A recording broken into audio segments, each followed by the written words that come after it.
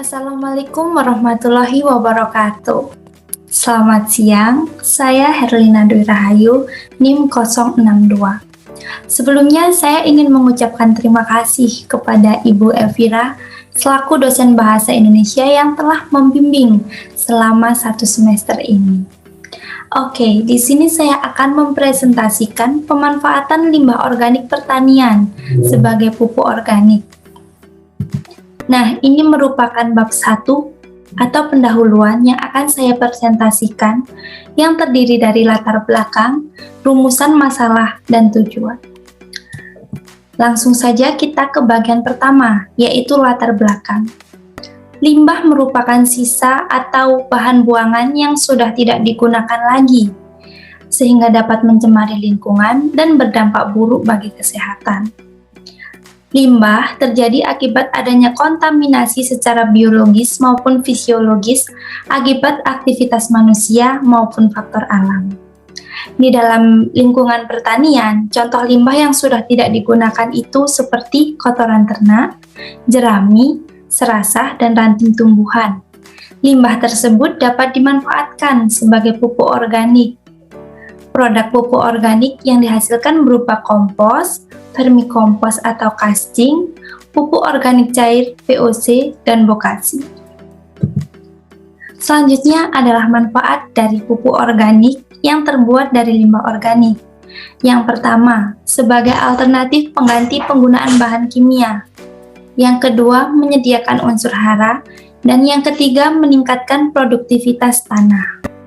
Pupuk organik ini memiliki sifat yang ramah lingkungan karena mudah terurai sehingga mudah tercampur oleh tanah dan tidak menyebabkan pencemaran tanah.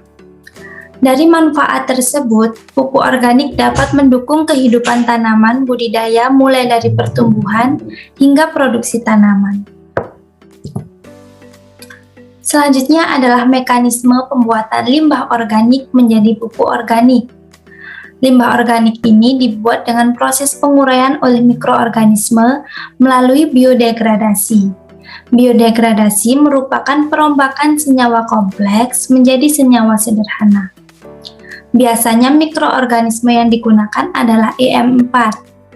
Menurut Jalaluddin 2016, pembuatan pupuk organik dengan bantuan EM4 akan menghasilkan N sebanyak 1%, P sebanyak 1,98%,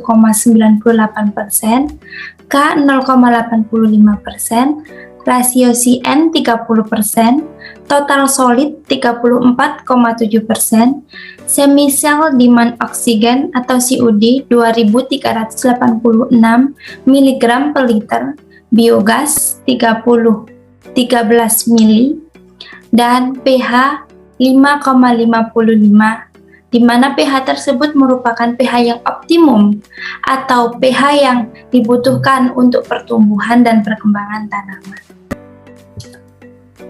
Berdasarkan latar belakang yang telah saya sampaikan tadi, ini merupakan beberapa ringkasan rumusan masalah yang akan saya ambil dalam makalah ini.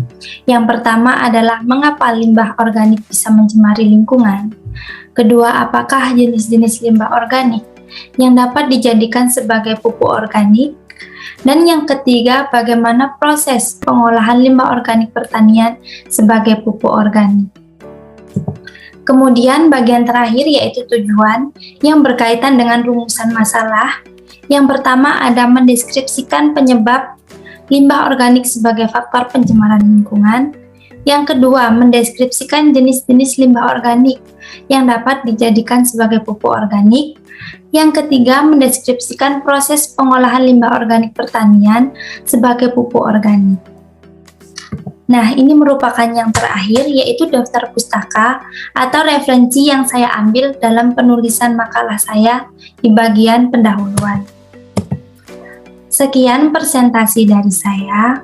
Manakala ada kesalahan atau kekurangan, saya mohon maaf yang sebesar-besarnya. Sebelum saya mengundurkan diri, saya ingin menyampaikan bahwa limbah organik jika diolah menjadi sesuatu yang berguna tidak akan menyebabkan pencemaran lingkungan. Maka dari itu, dimulai dari sekarang mari kita memanfaatkan barang-barang yang tidak berguna untuk menjadi barang yang bermanfaat sehingga dapat meminimalisir pencemaran yang akan berdampak buruk bagi kesehatan kita. Sekian dari saya akhiri. Wassalamualaikum warahmatullahi wabarakatuh. Selamat siang dan terima kasih.